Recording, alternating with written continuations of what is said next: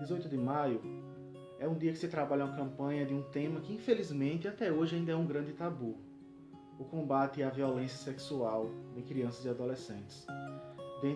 Dentro desse tema, temos a questão do abuso sexual e da exploração também, da exploração sexual de crianças e adolescentes. Esse tema é um tabu porque, infelizmente, muitos de nós adultos temos medo, temos receios de falar sobre esse assunto com as nossas crianças e adolescentes. E aí, às vezes, nos perguntamos, mas em que idade? Quando é que eu começo a falar? Muitas vezes eu ouço isso como profissional de saúde mental, de pais de adolescentes, perguntando como é que eu posso falar com meus filhos. Pai, mãe, talvez já seja um pouco tarde para aquele primeiro diálogo, né? Hoje, infelizmente, a gente vê pessoas, por exemplo, eu na minha idade, até hoje estou aguardando aquela conversa sobre sexualidade com meus pais. Talvez porque eu seja muito jovem ainda. Brincadeiras à parte, mas precisamos nos atentar para a necessidade de falar sobre esse conteúdo. E aí eu vou começar falando uma coisa importante. Que idade eu começo a falar sobre sexualidade? Vou dar um exemplo para vocês. O que eu posso falar sobre sexualidade para uma criança de 2 anos de idade?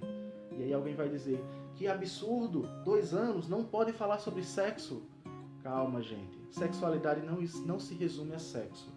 Primeiramente, a gente tem que entender sobre a complexidade da coisa, sobre as relações sociais e os riscos que essas crianças podem estar correndo em diversos lugares que você, pai e mãe, não terá condição de estar a todo tempo cuidando.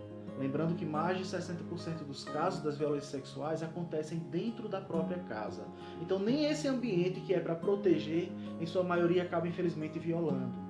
Por isso que é importante falar sobre sexualidade cada vez mais cedo, inclusive permitir que as escolas trabalhem essa temática. E eu vou dizer como. Por exemplo, eu falei sobre 2 anos de idade. O que é que eu posso falar? Gente, se todas as crianças com pelo menos 2 anos de idade tivessem a informação de que em seu corpo existem partes que são íntimas, não são imundas, são íntimas, são delas.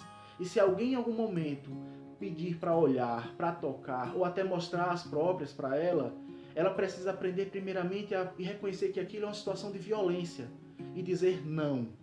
A partir disso, ela precisa correr, fugir daquela situação e buscar ajuda. Identificar uma figura de acolhimento que possa ajudá-la e denunciar. E aí, pai, mãe, cuidador ou cuidadora, se você não tem um diálogo aberto com seus filhos, dificilmente eles terão condição de falar com você. Talvez converse com um professor, uma professora, com um amigo, mas pais, mães, abram um diálogo, deixem um espaço aberto para que seus filhos se sintam à vontade para conversar com vocês sobre esses assuntos. Puxe essas conversas, aproveite as perguntas e tente responder. O que não souberem, procure ajuda de profissionais de saúde.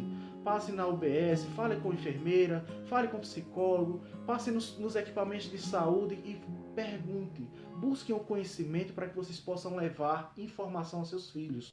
Conhecimento é sinal hoje de segurança, é sinal de desenvolvimento. Inclusive, por falar em desenvolvimento, infelizmente, a violência sexual infanto-juvenil está relacionada com o desenvolvimento de muitos transtornos psicológicos. E, infelizmente, muitas vezes, por falta de detalhes, de informações, essas crianças ficaram vulneráveis em situação de risco. Há situações, por exemplo, que os abusadores eles acabam desenvolvendo uma relação afetiva com essas crianças, principalmente quando estão próximas do núcleo familiar, ao ponto da criança, por não ter nenhuma informação, estar na ignorância quanto à sexualidade, acaba confundindo a violência com carícia, com um sinal de afeto, de carinho e de amor, quando na verdade está sofrendo uma grande violência. A violência sexual, quando ela é despertada como um sinal de violência para essa criança, ela agrava tanto o seu desenvolvimento que muda estruturas do seu neurodesenvolvimento. E dessa forma, infelizmente, pode acarretar diversos transtornos e situações de extremo sofrimento psíquico e mais tarde, sérios riscos à vida também. Precisamos quebrar esse tabu, precisamos quebrar o silêncio e começar a falar abertamente sobre esse assunto. Não confundam educar sexualmente com expor a criança a conteúdos sexuais. Não é isso. Educar é prevenir.